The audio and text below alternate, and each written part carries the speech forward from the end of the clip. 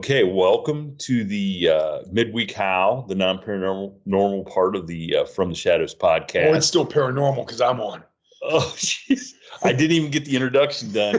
And for those who aren't watching us on Patreon, because this Midweek Howl video is going to be the first one that's going to be fully available on Patreon for everybody to see. So you can go check it out. But me and the Howler's guest this week is one of my all-time favorites, Chris Hahn. The one and only Johnny Paradise, baby. Woo! Johnny Paradise is in the house. Take it away, brother. Oh, God. So what do you think about that, Howler? This is your first time. I told you I'm upset. I bought that card. You sent me the card on eBay, remember? Yeah, I sent you the card. And I bought it, and I've got it here. And they put it in some fancy like Lexan. You know what I mean? It's like laminated, I guess. Yeah. For the longest time it was on my dresser. I was bringing it down here for this show. I was actually going to because I'm late today, I was going to put an AR-15 in the background and just set it up there because everybody would look at it and go, "What is that?" Exactly. You know what I mean? To draw, because it's just a little card.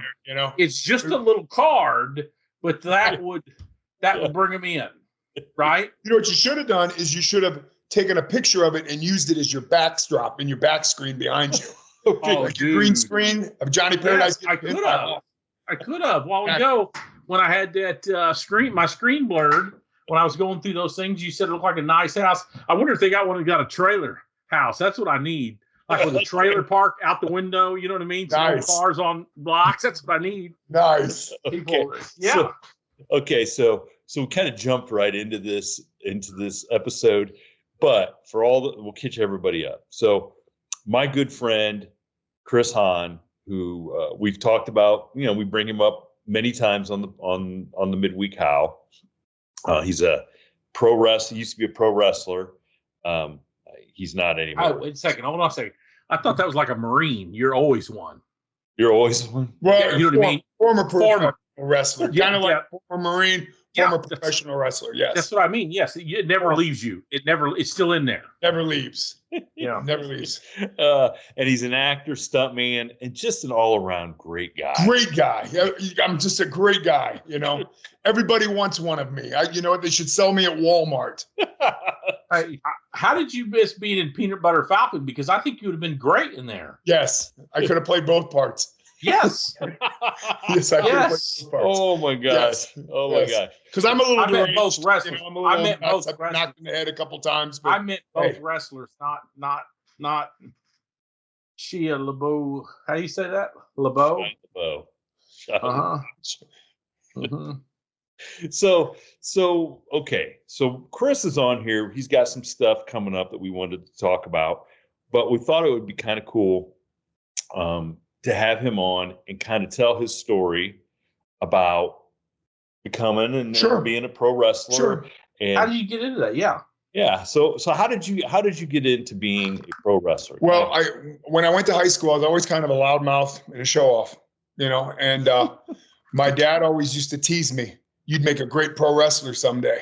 Well, I had the philosophy that I was a decent football player in high school. And I had a philosophy that if I couldn't go to Ohio State or I couldn't go to LSU or Florida or wherever, I wasn't going to play football, little high hopes because I wasn't that good. But I always used to go home every night at 6:05 on TBS and watch WCW, World Championship Wrestling, and WWF Monday Night Raw. And I enjoyed that because I'm kind of a showman. And hold on a second. How come you just didn't get into politics? Well, that's the next step. I haven't ruled that out. I haven't thrown my name in the presidential campaign yet, but I may be running as an independent. Well, hey, when I first moved to Minnesota, our governor was Jesse the Body. Yes, and he wanted to throw all the Irish drunks off the street, didn't he? Isn't that what he said? Well, I tell you what, what's funny? I rented a house out in the country, and he had moved out of the governor's mansion. He only stayed in the governor's mansion until he went out of town and his kid had the first party. Okay, because he was an independent, he had to fight the Republicans and the Democrats. Sure. Yeah. You with me? So he couldn't do anything right. And as I was drive home in this house I rented, because I just moved to Minnesota, I drive to the airport a lot and work. There was like like an estate out in the country. I lived out what you'd kind of be like horse country, with the wooden fences and in the estate. And there was a job site trailer up at the highway. And there was always, it looked like an unmarked cop car or two outside there. And I always thought, that's kind of weird. Well, then I've since found out by reading articles, because he would, I don't know. There's people that don't like him or people like him. Whatever. He's kind of a man's man. You with me? Yeah, he doesn't pull any punches. The way I found out that was his house, he had a neighbor, a neighbor that, I don't want to say what party he was aligned with, but a neighbor that hated him and was making all sorts of threats and doing all stuff. So that one day this neighbor came over to his property. And when I say property, all these guys got like 15, 20, some of them got 40 acres, right? So it's not like they're walking across the street. Sure. They've got to make some effort to get over there. But the guy didn't walk down the street and come in the driveway because there's state troopers there. He walked like through the woods, through the field, and he comes up to the backside of Jesse's house and pool and stuff. So allegedly, with the newspapers, Jesse went out there and accepted his challenge with the coveted AR-15. Really? You know what I mean? Yeah, he brought his stuff, and they really assailed him in the media saying, you have these troopers up at your driveway. Why on earth wouldn't you call them? And he said, why would I ask them to do something that I couldn't do myself? Right. I'll step up there and take care of something like this. That little guy, you know what I mean? I don't need those state troopers. But he used to do that TV show called Conspiracy Theory. Right. And I remember the one time he went to Oregon and he was going to unveil the whole HARP thing where they used to do mind control. And he got escorted off by gunpoint. And he said, well, you can't escort me off because I'm a former Navy SEAL and I can do what I want because I'm the governor and I can, all this and that. And it was like, now obviously from what I understand, he lives in Mexico now, off the beaten path, doesn't want anything to do with the United States. And because he doesn't believe in the governments, he doesn't believe in the whole Republican Democratic what that reminds me of? You know what that reminds me of? What? You not wanting to go to Ohio State. So when people say America is, if I can't, if America is not good enough, I'm going to go to Mexico or Canada or whatever. Exactly. That might be a little pro wrestling. I couldn't get an education, so I went to pro wrestling. So no, I mean, if it's not good, sometimes I said in the interview the other day at a job that I didn't get. Sigmund Freud said, "Don't believe everything you think," and that's the problem with some of these people. They believe everything they think. Right. But that article segued into how he left the governor's mansion. Him and his wife went out of town, and he had a son that was I think a senior in high school. I'm looking at you guys. I need to be looking at the camera. He had a son in high school, and this kid, allegedly, him and a couple of his friends brought some girls and some beer, underage drinking, in the governor's mansion. Really? And these state troopers didn't confront the kids, but told the media, right? Oh, geez. So he was twofold. He didn't trust the troopers if they're going to rat on him, and then they would sit out there with these cameras and ambush him going into work at the Capitol complex there. And they said, this little media girl, little camera says, Governor, what do you got to say about your son underage drinking with some girls in the governor's mansion while you were out? And he goes, well, it was better than them having a bunch of queers. Wow. And I can't tell you how that turned out, right? I mean, that is frowned on. Even 20 years ago, that was frowned on. Right. And he vacated the mansion, and the troopers went to the end of the driveway, and he did the rest of his term. And let's just leave it at that, right? Now there's an article, huh? Surprised you didn't go down and hang out with, what was that guy, Epstein? Oh gosh. I was thinking when you said Mexico, the Who was the software guy? Who was the software guy that Bill not Gates? Norton? Not Norton. What's the software? It's named McAfee. Gosh. Like McAfee. Wasn't that his name? Yeah. Yes, I know who you're talking I about. just watched a documentary on him. I guess back in the day he had a lot of money. That's kind of what did he invent the Norton? The McAfee and all those antivirus software. Well, who was that? Oh, it's my gosh. You know, hey, let's get back to pro wrestling. Get back to pro wrestling. Yes. So tell us about it. So you went and tried out, or they got walk-ons, or what did they do? I went to a school in Marion, Ohio called the Monster Factory, and they had guys. Is it still a place? What's that? Is it still a place? No. Well, I think there's one, and it's in Baltimore, Maryland. But there used to be one in Maryland, one in Tampa, and one in Ohio, and they were all run by a guy by the name of Larry Sharp. And Larry Sharp was a big-time promoter on the East Coast. And guys that had came out of the Monster Factory were guys like Paul White, they call him the Big Show, Lex Luger, Randy Savage trained there. A lot of the bigger name guys trained there. I trained at the one in Ohio here, and the gentleman who trained me, his name was Charlie Fulton. And Charlie Fulton used to wrestle in the NWA back in the old days when it was the original Four Horsemen, Arn Anderson and Ole Anderson and Telly Blanchard, back with when the Road Warriors first started off.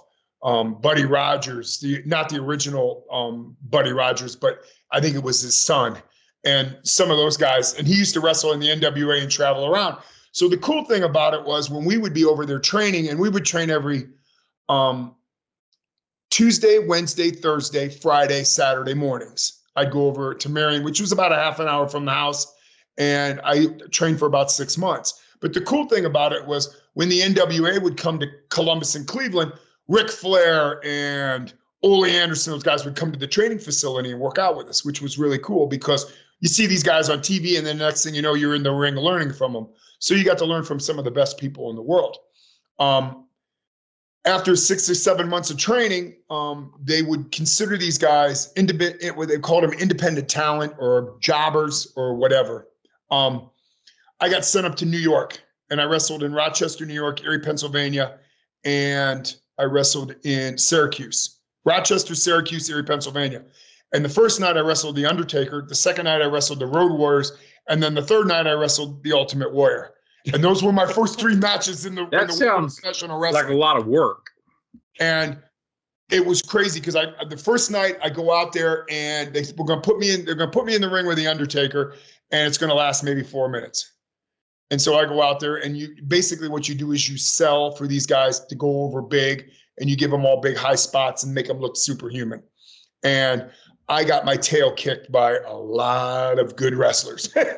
But all in all, it helped me out in the long run because on the independent level, which is like the JV program in the WWF's kind of like the varsity, that I started to get a name for myself because I was working with the WWF guys, even though I really wasn't doing a lot of counter moves and stuff like that. I was still getting in because I was on national television. I'm wrestling the Road Warriors. I'm wrestling Papa Shango, where I caught on fire. The Undertaker put me in a body bag, all this and that. And it was a good time, even though, and we made a lot of money. I mean, back when I first started off, I'm 20 years old, and I'm making $1,500 a weekend, $2,000 a weekend. And I'm working probably 1 weekend a month. And my dad owned a local business here in Mansfield and allowed me to come and go when I needed to come and go, which made it really nice. Pro wrestling, and then I moved down to Atlanta, Georgia, and started working for WCW, and that didn't last very long. I mean, I wrestled the Steiner brothers. I wrestled a gentleman by the name of Sid Vicious, which he was a monster. I thought he was a guitar player. What's that? I thought Sid Vicious didn't he play for Black Flag, or wasn't he a punk rocker? He was in the Violent Femmes, wasn't he, or something like that? He was a punk rocker. But then Sid Vicious was like 6'10", 340 pounds, and just a freak of nature. And yes, I do. You know, and he choke slammed me, and I never hit the ground so hard in my life. You know, but all in all, I was doing what I really would love to do because I was traveling around. I was seeing the world. I was basically part of a sideshow circus because that's what pro wrestling is. It's a sideshow circus. Now, bear with me here because it's on Patreon. I don't have to worry about my kids watching it. So well, it's on every. No, this is just on Patreon. You're gonna the video's on Patreon. Everybody's gonna hear it. Okay. Yeah. I was gonna say, is there groupies and everything? You know what? For the bigger stars, yeah, there are. For a guy that loses like 19 matches in a row, no. I mean, so there's no groupies for Johnny Paradise? No groupie. Not yet, anyway. Not yet. Hold on. There's more to come. Because now I don't know if I've told the story. Maybe I have, but so like we went to rival high schools, and we'd always play basketball and stuff against each other, and I went off to college to play football, and I didn't know what you had done because even back then it wasn't like now. Like everybody didn't know everybody's business. Right, because of social media and stuff like that. Mm-hmm. So I walk into the mall, into the sporting goods store called Agler Davidson. And I'm standing buying something, and I look up and I see his picture in his wrestling, and he's got the long mullet. Of course, we all had. Yeah, I had a mullet. I mean, party in the back, business in the front, party in the back. Yeah, I know how it was. Yeah, I know exactly how it was. And I look up there, and I'm like, wait a second, what? Like, what is Chris doing? What's Chris doing? And it's a Johnny Paradise. What was that? Every man's nightmare, every woman's dream. 250 pounds of twisted steel and sex appeal, baby.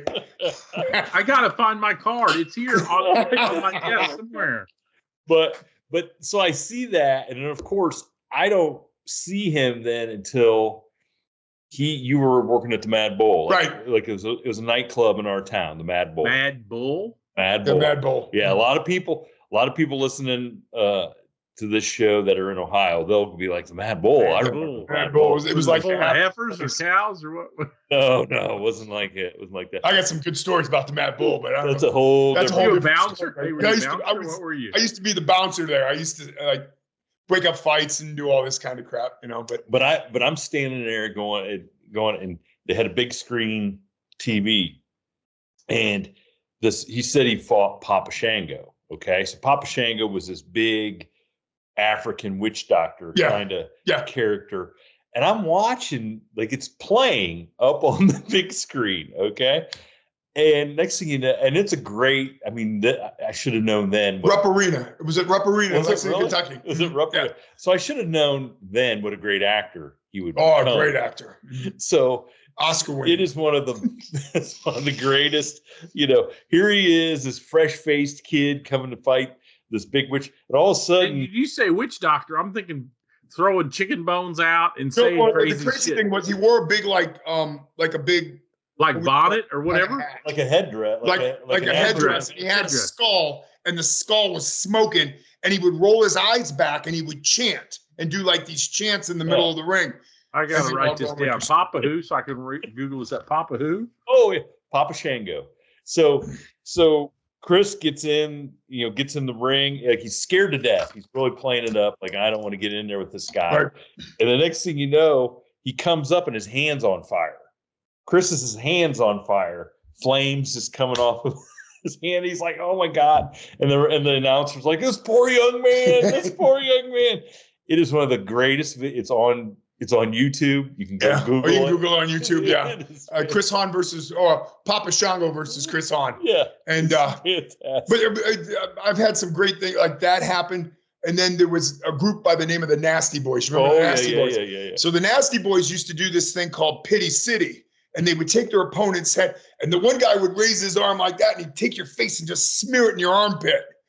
And so I guess I was the one that went to Pity City that night, and then they clotheslined me. I got beaten, like I said, I got the Ultimate Warrior press slammed me into the third row. The Undertaker put me in a body bag. Didn't he dislocate your jaw? Yeah, Road Warrior Hawk hit me so hard it dislocated my jaw. And then when I went in the locker room, the gracious guy that he is relocated it back into the position that it should have been in. And I tell you, Him snapping it back into place hurt worse than him dislocating it. It hurt like a son of a gun, man. You know. So did you ever go to the doctor? You ever go to the hospital? I still have that little, what they call it, TMG or something like that, that clicking in your ear. No, I never went to the doctor. See, I mean, I'm one of those guys that I feel that my body can heal itself, so I don't go to the doctor. He's been completely wrong. Yeah, exactly. It does until it can't, right? The last time I went to the doctor, for some reason, I got a colonoscopy and I was messed up for weeks. He went for a colonoscopy and they found a brain tumor. Exactly. They found a brain tumor. I've had several colonoscopies, so I don't joke about it. But yeah. So let me ask you: you get thrown into the third row of the right. How do you? The people move out of the way and I land on the steel chairs. It hurts. It hurts. I mean, it is what it is. But then when you're with those guys and you get an opportunity to get in the ring with those guys, you got to be gracious and just do what they want you to do, because at the time the Ultimate Warrior was the #1 contender for the belt. So it really wasn't going to last very long. So basically he shakes the ropes, he runs back and forth, he kicks me with a gut shot, presses me above and throws me out of the ring. And he launches it because he was strong. I mean, he was a big dude and he was strong. And so people watching this that don't realize Chris is a big dude. Okay, this isn't like some like little 5'5" guy getting pressed and thrown. So I can't imagine how. I mean, I played college football with some big dudes, but I can't imagine them picking me up, right, and pressing me and throwing me. Well, the thing about it is, with the pro wrestling, I wouldn't say it's choreographed and staged. There's parts of it that you help them, gentlemen, lift yourself up and stuff like that. I don't, when I get punched, I don't actually take a full blown punch in the face. It's like stunt work. It's a lot like stunt work. Yeah. So that's why when I got out of the wrestling business, I got into the stunt work, because a buddy of mine told me, I was a professional wrestler for 28 years. He goes, you've been doing choreographed fight scenes for 28 years. He goes, you might not be able to fall off off a building or anything like that, but you can throw a punch. If you can throw a punch and you can sell a punch, you can throw a kick and you can sell it and you can fall, which be a pro wrestler, you have to be able to do that stuff. You can be a stunt guy. And so basically now when I get into stunt work, it's more my specialty is not catching on fire or getting thrown down a flight of stairs, even though I do that stuff. Except for your hand. Yeah. Did you use that for your reel? I have it on my reel. Yeah, I do. Because there's a gentleman out there by the name of JJ Perry. JJ Perry is probably, between him and Garrett Warren, are like the two best stunt coordinators in the world. And they do the Fast and the Furious. They do all that stuff.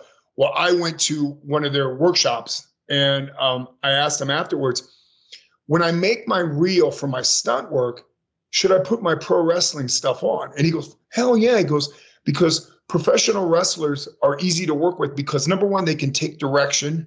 #2, they can sell really well. And number 3, you can fall. I mean, if you can't fall, you can't be a pro wrestler. And he goes, put all that stuff on your stunt reel. He goes, the only thing you don't want to put on your reel is something that you can't do anymore, like catch on fire. Like I caught on fire when I was 23 years old. I'm 53 now. I haven't done that in 30 years. I'm not going to do it because that's not my specialty. But if you want me to your frontal lobe has developed where you realize that. That's why they make these young guys in the infantry or airborne rangers or Navy SEALs, because they'll do that stuff. Sure. Now you just naturally, your brain has progressed to realize that's not, Right. Well, when like I said, I did the pro wrestling for 28 years. I had to get out of the professional wrestling because I had a softball-sized brain tumor from all the head shots, the chair shots, getting dropped on my head, getting slammed into the turnbuckle. I mean, people think, oh, that stuff's fake. Well, after the doctor says, they gave me what they call a PET scan. And in that PET scan, they can kind of determine how many concussions that you've had in your life based on damage done to the brain. And I've had probably anywhere from 35 to 42 concussions is the ballpark figure of what I've had in my life. And that's a lot of concussions. And the last thing I did was when I wrestled in my retirement match, I got my head rammed into the steel railing around the outside of the ring. Did they not realize it was your retirement match? Or it was true. And basically, I got real blurred vision, and I had a little bit of bleeding on the brain. And I started having these issues where I was passing out. I was getting real dizzy. I'd wake up in the morning with real dizzy, and I'd have to crawl into the bathroom to take some medication to get rid of the dizziness that the doctor prescribed me. And then I'd be all right. And then I went to a concussion study at the University of Pittsburgh Medical Center, and they found out that I had a softball-sized brain tumor. And then 3 days later, I had it removed. And I'm probably right now, I'm in the best shape I've been in the last 30-some years. I was going to say, you look great, and you're positive. You sound great. Yeah, I mean, I work out every day. I go down to the local high school, and I run the stadium stairs in 90-degree weather. And I've had a hip replacement. And what are you eating? I eat a lot of green vegetables. I do Weight Watchers with my wife. Me and my wife are real big health freaks now. And so I do the Weight Watchers, and I eat a lot of chicken, a lot of fish, a lot of turkey. I eat a lot of green vegetables. I eat a lot of fruit. Now, more chicken than beef? What's that? More chicken than beef? More chicken than beef, but I do eat beef in the sense that I need my iron, and beef has a lot of iron in it. So I'll eat red meat probably 2 or 3 times a week. But it's not to say that I don't eat pizza, and I don't eat macaroni and cheese, and I don't have bacon. I eat a lot of that stuff. He's also running the stadium steps. But I'm also running the stadium steps for an hour, Now, I will tell you this. When this last movie we did, I got done doing this one scene, and he was not in it. And we got done, and he comes over and he goes, why don't you just do Weight Watchers with me? Well, he called me up one time, and he calls me up one time, and he goes, "Hey, you've lost all this weight. How you doing it?" I said, "Weight Watchers." And he goes, I said, "I got an app. It's $10 a month, and I follow the point system." He goes, "I ain't paying $10 for a month." I said, "For God's sake, you work for the government. You make all this money. $10 a month, and they're going to kill you." Tell me what you eat. That's all I want to know. I eat a lot. Well, I eat like 3 meals a day. Here's what I eat every day. Every day I get up and I scramble 3 eggs, and I put it too. And I put it in a burrito, and I eat one of those, and then I drink water. And then I drink at least 4 to 5 muscle milks a day. I drink a lot of protein. I'm a real protein freak. Then halfway through the afternoon, I'll eat what they call a Weight Watchers brownie. It's a brownie, but it doesn't have any sugar in it. And does it taste good? Not really, But hey, it fills me up. This is not an endorsement for So then what I do for lunch, I eat Ezekiel bread. I don't know if you know what Ezekiel bread is. It's sprout bread. It's made of seed. There's no flour in it.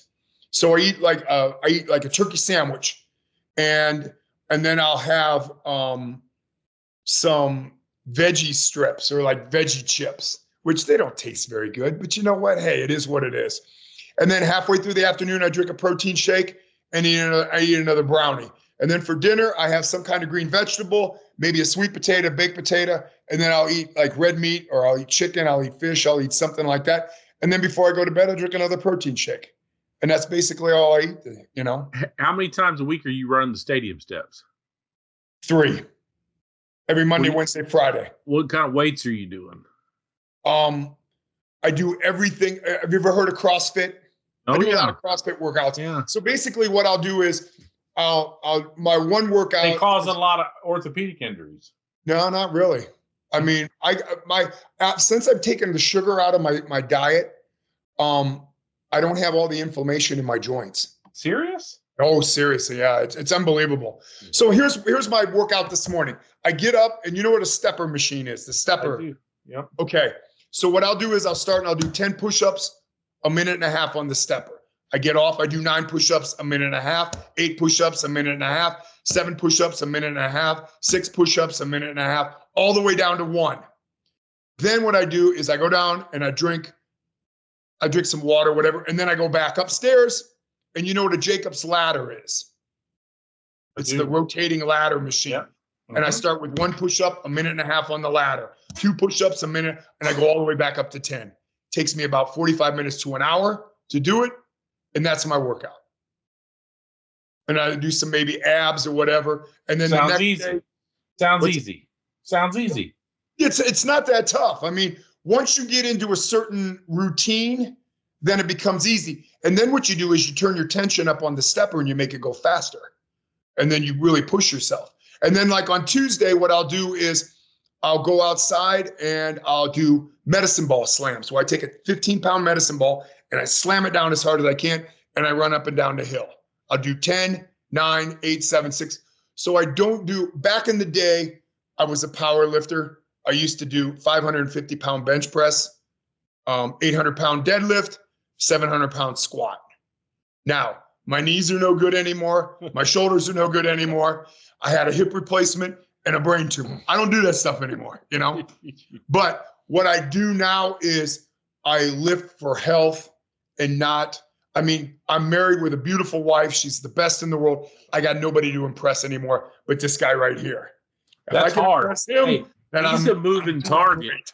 He's a moving target because you don't know every day, every time the phone rings, you don't know what it's going to be. Is it going to be Hollywood? Is it going to be Nashville? Is it going to be Postal Service? I mean, you don't know. You know, the crazy thing around here, and I love the guys around here that do the movie stuff, but they don't take him, sometimes they don't take him serious. And he writes music for big time. There's no difference in my opinion. You know what somebody told me? Go ahead, finish. There's no difference in my opinion of writing a song for a country artist or rock and roll star than writing a script. It's a story, you know. I mean, there's a little bit more detail in a movie script than in a story because a movie script's like 90 pages, where a song might be 10 pages. You know, I don't know. I'm not in the music business. It's not 10 pages. It's about 3. But you know what I'm saying, though. I mean, in all honesty, they don't take it. And I've read some of Shane and the judges' scripts, and they're just as good as some of these guys that have done movies, and they just don't take these guys serious, you know? First of all, what I started to say is, a guy told me one time, it's hard to be a hero in your hometown.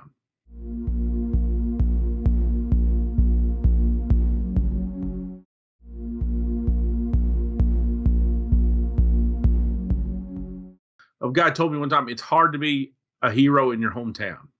You know what I mean? You're just not. And part of it is just a natural.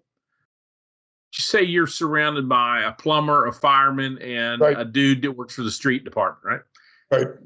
They want to hold you down, so they don't feel like they've missed out, or I could have, would have, should have. I agree 100%. You know what I mean? My dad always used to say, "It's hard to soar like an eagle when you're surrounded by turkeys." Yes. You know, and now I've done. It's the truth, though. You know, say I agree with you. I mean, and I think that's why we sit there and we talk, and he tells me I'm writing a script, and this is what do you think about that? And I'm thinking it's never been done before, and see, I don't ideas, but nobody takes them serious. I hate all of his ideas, but he does. But I wanted they did a script on a serial killing garbage guy, which kind of blew me away. I thought it was a great idea, you know? I think about comedy and some, some crimes type stuff. You know what I mean? Right. But, so yeah, I don't do any of that. He tells me, some kind of slasher movie or some kind of, I know, like, dude, they can't be like a Missouri movie because these people here just pull out their 357 and end it. You know what I mean? They will pull out their deer rifle. The thing that I've realized being in the movie business, I've been in the movie business now for about 14 years. And the only things that sell are action movies and horror movies. Love comedy dramas. They don't sell. I mean, people watch them. But if you ever look at IMDb and you see how much they're made for and how much they've made, it's like. Unless they're huge stars. Yeah, unless there's huge stars in it, you know. Yeah, but I call them east of the Mississippi movies because west of the Mississippi, the distances are too far to run to help. So everybody's got a gun and they'll just do it. They'll just do it. I agree with you there. When Ozark came out, my wife, like everybody else, wanted to watch Ozark. You know what I mean? Right. And by season 2, she's like, "You got to come in here and watch it." I'm like, "Dude, I lived it. You know what I mean? I grew up down here. I was a cop down here. I can't do it. Sit in here and watch one with me." And within the first couple minutes, first thing they had a trooper with a badge and long hair, which is BS, 100%. Okay. Right. And then the second thing is, there was Marty or whatever. They were down in the barn. Somebody brought him down there. Some locals were going to kick his ass, and there was supposedly $3 million in they're counting all this drug money in the barn or whatever. And I'm like, within 5 miles of my house, there's been 10 people killed in the last 5 years, and none of them for more than $500. So if they really thought they was $3 million, you know what I mean? Right. Your neighbors would kill you. You wouldn't have to worry about the Mexican cartel. Right. The neighbors are going to come over and take it. Right. So it's like, dude, this is make believe. Now, before we get into some of the stuff that Chris is doing now, I want you to share. I've been telling him you got my Harley race story. Harley race. Yeah, tell me. I've heard all about it, but he never told me the story. Okay, so years ago I was a state trooper. Okay, and I worked in Jefferson City, which is the state capital. Okay, and the Missouri River cuts the town. The town's always been on the bluff side, going back 150 years, because the bottom side would flood. Well, the flood of '93, there was a town called Cedar City, it's where my great grandparents are from, on my dad's side. And when the flood of '93, they had a flood in '86, and FEMA and SEMA and all these people give them money and rebuilt something, you know what I mean? And then it flooded again in '93, and they said, okay, if you took the money in ’93, you had the money last time, you took the money this time, they're essentially buying you out. So there's a 2,500 person town just across the river from the Capitol. So the Capitol sits on a bluff over. So we're talking 1,000 yards from the Capitol. The streets are still there, but there's only about 3 houses and MFA and the airport. That's the only thing left anymore. Like Crestline being wiped off. And well, now it's kind of a little nicer. You could go down to the city and rent a plot. They make these little like neighborhood gardens. People live in town, go out there. But the state built a boat ramp to access the river right underneath the bridge. So it's big. When I say bridge, it's an eastbound, westbound bridge, 3 lanes in each direction. Okay, so giant bridge structures. Bridge. Mm-hmm. Yes, but underneath, so it'd be like the Ohio River down at Cincinnati or something like that.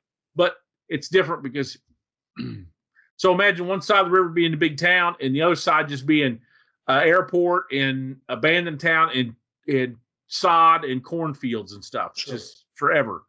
But back to this boat ramp. So the kids would go down there and burn because they built this nice big concrete drive about 1.5 miles down to the edge of the river, giant parking lot, and all the kids do is do donuts and they go down there and because unless you're a professional fisherman or something using a boat ramp. So they had an outhouse, and the problem with being in uniform all the time is you can't just take a leak anywhere. So when I'd be out there on the north side of the bridge, it was easier for me to pull down there and use the outhouse, these concrete privies, and just get back in my cop car and leave than try to, go down to the police department or the sheriff's office or wherever, you know what I mean? Right. So I'm coming out of there one night about 11:30, and long, straight concrete, and it's a gradual slope uphill a little bit. And coming at me is this car, and if you've been at night much, sometimes socioeconomics drives your headlights, right? Because sometimes your headlights look a little darker. They look from a distance, you know what I mean? Now, you guys are old enough. The old cars, usually the headlights are far apart and dim. You know what I mean? You go, okay, this is a 78 something or 68 Chrysler, something. Chrysler New Yorker. Yeah, something like that. It's something coming at you. Well, this was a smaller car, and as he's coming towards me, they're kind of wanting a hot rod. And when they realize I'm a cop car, they let off the gas, and they don't have a properly functioning exhaust system. As it goes by me, it goes blah, blah, blah, blah, blah, blah, blah, blah, blah, blah, blah, down the slope. So there's a law in Missouri that your car has to be quality to the manufacturer's greatest extent. Okay. So, and as it goes by, I think I see saran wrap and cardboard for windows. Okay. And it's a Chevy, not a Citation, not a Chevette, Corsica. You remember like the 87, 88 Corsica, 89 Corsicas, Yeah. So I do my best little 3-point turn, and I pull up. I wait till you get down by the big parking lot and hit the lights. I walk up to the car, and he's got a piece of cardboard duct tape. It's a 2-door sedan. He's got a piece of cardboard. I'm walking up to the driver's side. He's got a piece of cardboard duct tape for the back window, and he's got like clear painter's plastic, Right. draped over where he's pulled it in and closed the door to get it to drape over. You know what I mean? So he's kind of putting his hand underneath. He's kind of got a hand looking out this plastic. Can I help you? And I said, yeah, bud, what's going on? I said, sounds like you got some exhaust issues or whatever. The first thing I said, hey, buddy, why don't you just open the door? He goes, well, I wanted to, but I was afraid. I said, no, don't be afraid. And I opened the door, and this whole plastic contraption comes out. And this kid is borderline morbidly obese to the point where I don't know how he's fitting in his car, right? Okay. And I realize he's kind of freaked out a little bit. So I wasn't very good. I wasn't a very good cop because I didn't write many tickets. You know, I just didn't. That's the reason why I'm on this podcast instead on the highway. But whatever. So I already realized I'm going to let him go. So I might screw with him a little bit. You know what I mean? Just because. So I said, hey, what are you guys going down here for? Because the boat ramp's closed at dark unless you're fishing. I don't see no fishing poles. No, we're not fishing. We're just going down and look at the water. And I said, well, you guys ain't queer, are you? Because back then you could talk like that, but you can't anymore. Right. No, my God, no. And I said, okay, if you're not fishing and you're not queer, that means you must be smoking weed. And once again, they cared about that back then. So, oh, no. I said, so you don't smoke no marijuana? You guys don't do anything? Nope. And it's giant guys in the driver's side and a little bitty guys on the passenger side. So, and I said, okay, let me see your driver's license and proof of insurance. You know, he gets this stuff out.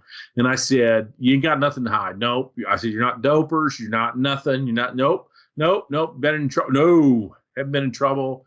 So I go back there. I had an MDT, which is a computer terminal, but sometimes when you want to watch it, you got to run it the old-fashioned way so you can keep your eyes up. You know what I mean? So I go ahead and start running them, and if within seconds they say 10-12, and that means are you by yourself or can they hear you?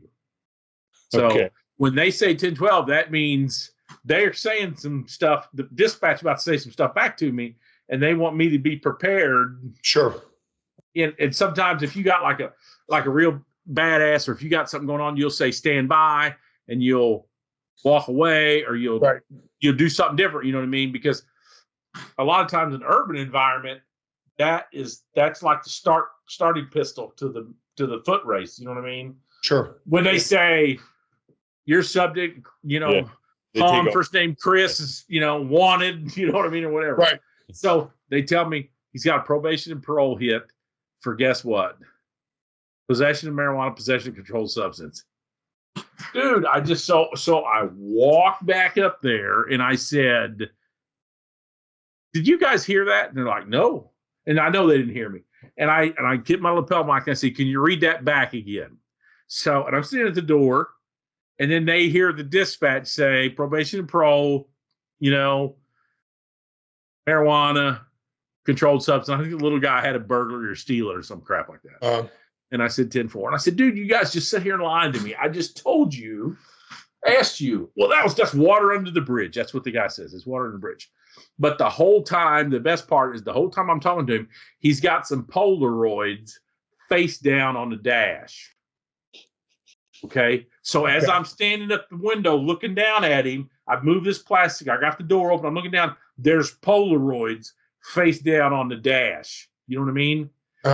And you're thinking, like, I can tell by your look, because you're thinking what I'm thinking. When you see Polaroids down, especially back in them days before digital cameras, Polaroids were worth looking at a lot of times. Right. So I'm trying to be cool, but I want to grab them. Right. You know what I mean? I want to grab them. So I said, you don't have anything in the car you ain't supposed to have. Nope. And he says, you want to search? I said, no, maybe. He said, well, because I'll get out if you want to search. And I said, no. And as he's saying this, I said, the only thing I want to do, and I was reaching in there, is look at this picture. And I picked it up, and it's the fat kid with Harley Race They were Polaroids. Oh, they were posing in it. He was posing in it, and Harley had this portable ring. He had a portable ring that was like a gooseneck trailer that folded out, right? It was like a ring, and he would go to these little towns in Missouri and train. You know what I mean? Really? Yes, and he would, and the only reason why he was top on my brain is because his ring got stolen. So there was like an APB, and these guys at the shop one day were saying, "Hey, you need to get out there and get Harley Race's ring," because they're older than me. They were big, handsome Harley fans. You know what I mean? Sure. They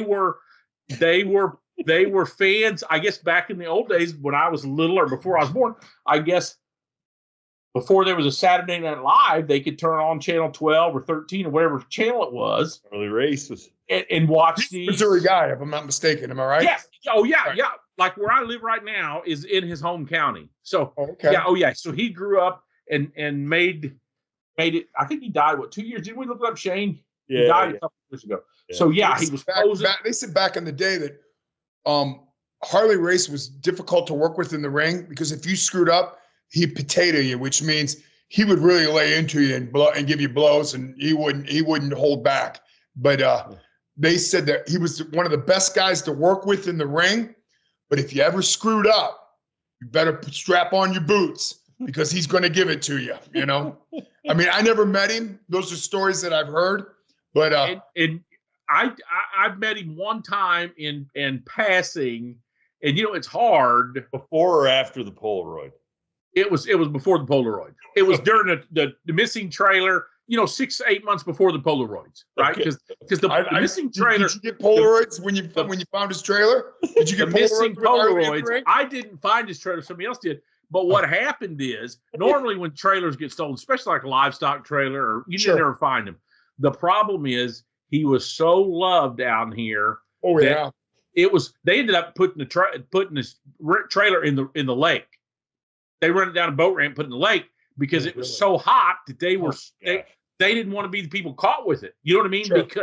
Because he was so loved by the 50 and over community. You know what I mean? And those are people who sit in juries and grand juries and stuff. So if the dude beats your ass, right, and you're trying to make a big deal out of it, they don't care. You know what I mean? I had a classmate. I'll tell you. I told this story. I had a classmate in the neighboring county that went to a domestic where they had guys beating up a wife. Daughter calls 911. Cops pull up. He shoots up the first cop car, and then they're trying to negotiate a little bit with him, and they get him to put the gun down. He had an SKS. They get him to put the gun down at the edge of the door frame and come out on the porch and talk a little bit. Well, my classmate, Army Ranger bullshit, tough guy. Everybody's a tough guy until somebody's got an SKS. But they talk him out on the porch, and this guy is bum rushes him and grabs him and is going to try to tackle him. And this guy's too big and pulls him back in the house and grabs that rifle. So he's got the rifle like this, and my classmate's on his back. So my classmate pushes him up, pushes off of him, and goes to pull his Glock out. At the same time, this guy turns around, and my classmate kills him. So rural county, actually where they'd killed the sheriff about 25 years ago. I was working the day they killed somebody killed the sheriff. Some out-of-towners killed the sheriff. Some people from Ohio killed the sheriff, now that I think about it. Oh, but anyway, he said, hey, they had to go to they have a grand jury panel called the coroner's inquest, and within a few days or within a week, and he's got a state appointed cop lawyer, you know what I mean? But he said he goes in this room, and he said 2 or 3 of the guys are wearing bib overalls, and he's kind of just Ohio. We don't wear bib overalls in Ohio. So he's telling them the story or whatever, and finally one of them just raises a hand and says, "How come it took you so long to shoot him?"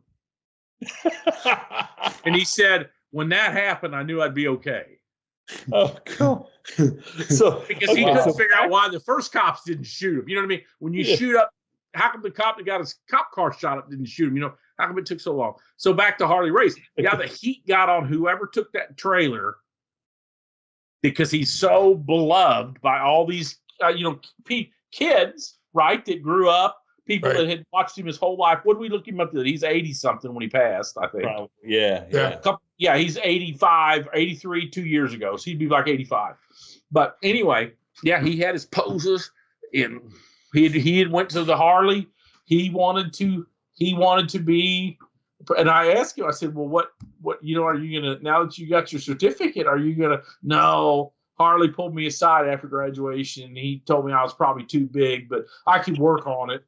Wow. But he let him go to the whole class in school. Kind of like what do they call those snake oil salesmen, come to town and you give them a certificate but I think it was popular for, some of these towns, I'm sure Ohio's the same way. Some of these towns have just all but died, and to have somebody to come there and let them beat up somebody besides you walk in a small town with Chris, and it's about like walking with Harley Race. Yeah, about Harley Race, exactly. Yeah, I'm sure. Post for you. All right. Oh yeah. Okay. So let's good story. I love it. Harley Race, bringing back memories. Harley Race. So you can touch on some of the stuff you've done and been in, and then we'll talk about the movies that are coming out. Sure. That actually are a tie into the podcast because Phil the producer, right? And you have a role in a couple of them and all that good stuff. Yeah. So the movies that I've been in that I've done work in is Red Notice with Ryan Reynolds and Dwayne Johnson.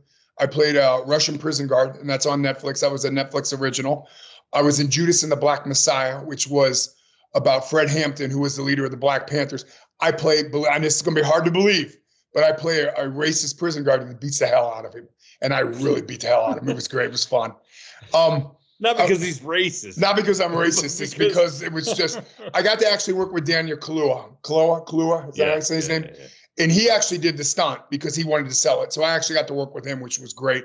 I was in Extremely Wicked and Vile, the Ted Bundy story. And you'll love this story. This is great. I played a bailiff where I got to wrestle Zac Efron to the ground because he played Ted Bundy. And I handcuffed him and drug him away. Now, the crazy thing about this is people always ask me, why are you always in these horror movies or these action movies? When are you going to be in a romantic comedy where you get a love scene? And I said, well, I did. I had a love scene. I got to wrestle Zac Efron to the ground. That's a good enough love scene for you? Would you like to do that? And she goes, oh, yeah. And I said, so did I. So I'm one up on you. So I've had a romantic love scene with Zac Efron. I've done White Noise with Adam Driver, where I had actually got a little bit of speaking line in it, and I did some stunt work in that. Most of these movies I've done stunt work in.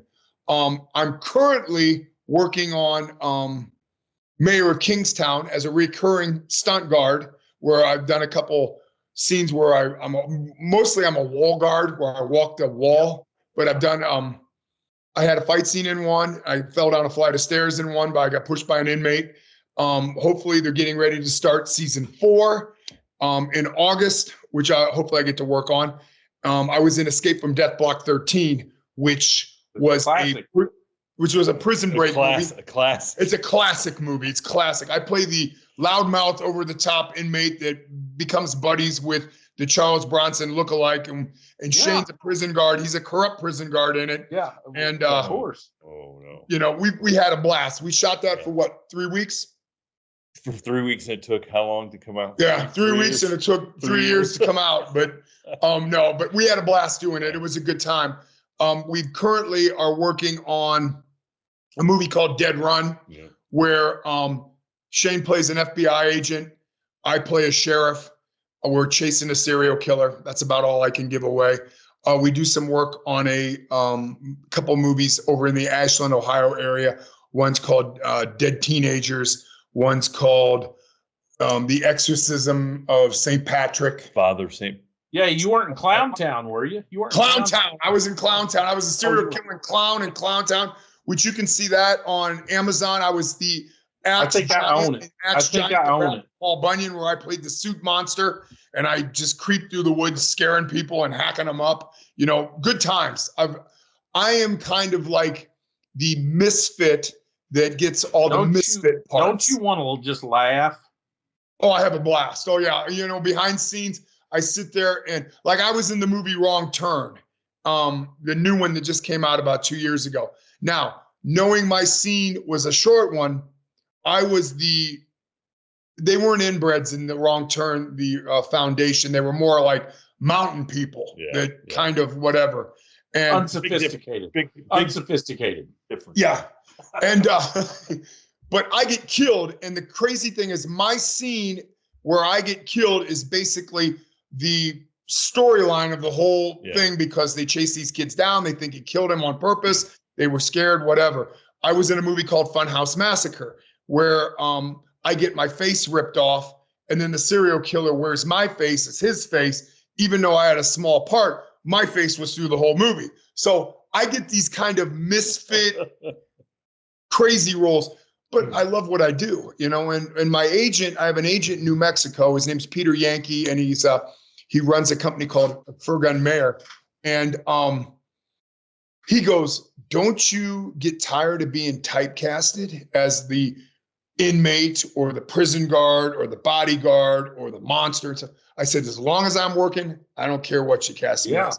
As long as as long as I don't have to be on screen naked and embarrass myself, then I'm good. So the movies that that are coming out right now, right? Phil Garrett, the podcast producer, produces. So the one's called The Exorcism of Saint Patrick. Yes. Which you can see, you can go to YouTube and watch all these trailers. Right. I'll have Phil put links to them. Sure.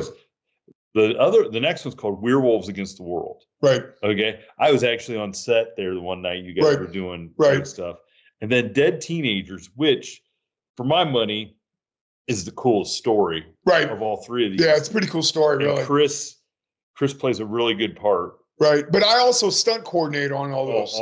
So, like the Dead Run movie that we just got done shooting, me and a buddy of mine by the name of Jason Sikansky, we stunt coordinate. So we do some car stuff, we do some fight scenes and stuff like that. And like what we do is we help and the tough thing about doing independent movies, or we can't bring stunt guys in to do it because it's not in the budget. So we have to work with the actors to do the fight scenes. Most of the actors have no athletic ability at all. And I'm not saying all of them, most of them. So it's like pulling teeth for an actor's timing to be able to sell the punch and stuff. So sometimes it can be a pain in the ass and you're like pulling your hair out because some of these guys just don't get it, you know? Well, you know, it's funny you talk, you know who Hal Needham is?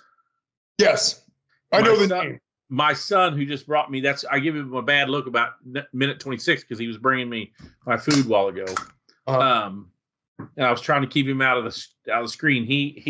Hal Needham was Burt Reynolds' stunt guy. Sure. That ended up doing like Smokey and the Bandit. You know, he ended up writing Smokey and the Bandit and doing a lot of stuff.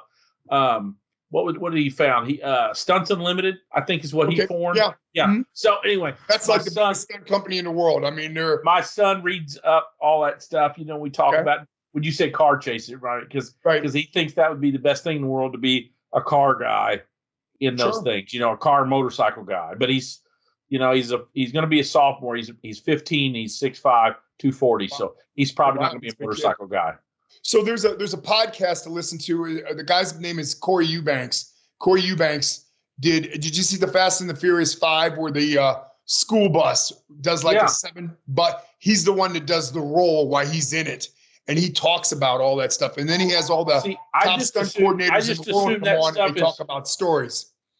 Hold on, I don't know how to pause this. I got a home phone, and it's election season. I get 15 calls a day. No matter how I answer them, they call me back. I tell them I'm gay, I'm a woman, I'm a Democrat, I'm a Republican, and they keep calling back all the time. Hey, here's how to stop it. Tell them you're voting for Chris Hahn as an independent. Yeah, maybe they'll know who. And then they won't call you back. I promise you. Mm-hmm. So I thought some of that stuff is all computer generated now. Some of it is, but then there's stunt guys out there that they want to do the stuff. So they build a roll bar in that thing. And he rolled that thing 7 times while he was in it. said the scariest moment in his life. But what he does is he has guys like Eddie Fernandez on, who Eddie Fernandez is like an explosive specialist. Okay. And what's it called again? All this explosive stuff. And then the next time they'll have another car guy on, or they'll have a guy that does high falls on, and they talk about the experiences. And then they also give out the schools that you can go to get trained at to specialize in cars or to specialize in explosives and stuff like that. So it's called Stunt Stories with Corey Eubanks, and it's a phenomenal podcast. It really is. I mean, it's not From the Shadows. It's nothing like From the Shadows podcast, because the guys that do the From the Shadows podcast are just phenomenal. Wait till you meet him in person. Mm-hmm. Yeah. Well, okay. So gosh, this is the longest midweek Howl ever. I hope everybody has enjoyed this little jaunt. And if you get to see it in person, you get to see this beautiful face. Well, your screen doesn't look as good as me. Because I have to grow a mustache for this other movie that I'm doing. And I just got back from Florida. And so I'm going to end up shaving this off and grow a mustache. And my favorite saying is, and I got it straight from this guy right here, is, I mustache you a question. Oh my gosh. Is that the best or what? Mustache you a question. I don't understand how he gets to be carrying the mail. Oh, it must be a labor of love. It must be a labor of love. Oh yeah, right. It is. It really is. It is. But we have a good time. I mean, you got to put what you want to get out of life. You got to put into it. So I'm living my dream. I'm going to my class reunion in probably how many 35 years? How many years? 35 years. Yeah. And somebody asked me I said, no, I see the people I want to see anyway. I mean, don't get me wrong. It's nice to reminisce with people I haven't seen for 15 years. But you know what? They don't call me, so they don't really care too much about me. So I should care too much about them. Maybe they think you're untouchable now that you're up here in Hollywood. Well, you know what? They can keep thinking that. Unapproachable. But, hey, that's the farthest from the truth. I was always brought up in the philosophy of helping other people out, because someone helped me out when I first got started by telling me, hey, this is where you need to talk to. This is what you need to do. So when I go on set and I see some of these younger guys that are just starting off, I always try to give them like avenues to travel, to meet other people, to get other ideas of how to do certain things. Because if it wasn't for somebody helping me out in the beginning, I wouldn't be where I was at. So now it's my time to return the favor. Not to saying that I'm the best in the business, but I know certain people that can help certain people out. So, I mean, I just try to pass it on. Oh, man, that warms my heart. Well, I'm glad I can warm your heart. Well, Chris, thanks for hanging out. Oh, no, I appreciate you guys having me on. This was great. And we'll definitely have Phil put the links up to those sure 3 movies. So and definitely go watch Dead Teenagers, because I think everybody will like the twist. Yeah, it's a pretty good twist. And and I know we're excited about Dead Run coming out, and then some of the other ones we're doing. But we always talk about that stuff. So yeah, for sure. I was gonna try at the last minute here to unblur my background so the hardcore people that watch the whole thing would actually get to see, but it won't let me do it. Sorry, that's what I was just trying to do. That's okay. We'll see how the reception is for the Howler Live. I think this is going to be your number one viewed podcast, because I'm sure it's the only one. It's the only one. It's the only one, so it's going to be the number one. And it's just because of me. Just remember that. All right. Let's wrap this up. So thank you very much. I appreciate you guys having me on. It was a blast. Mm-hmm. Thank you for tuning in to this week's episode of the From the Shadows podcast. Until next time, never shy away from the darkness or what may be lurking in the shadows.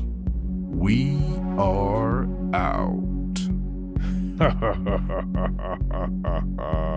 God only knows what's hiding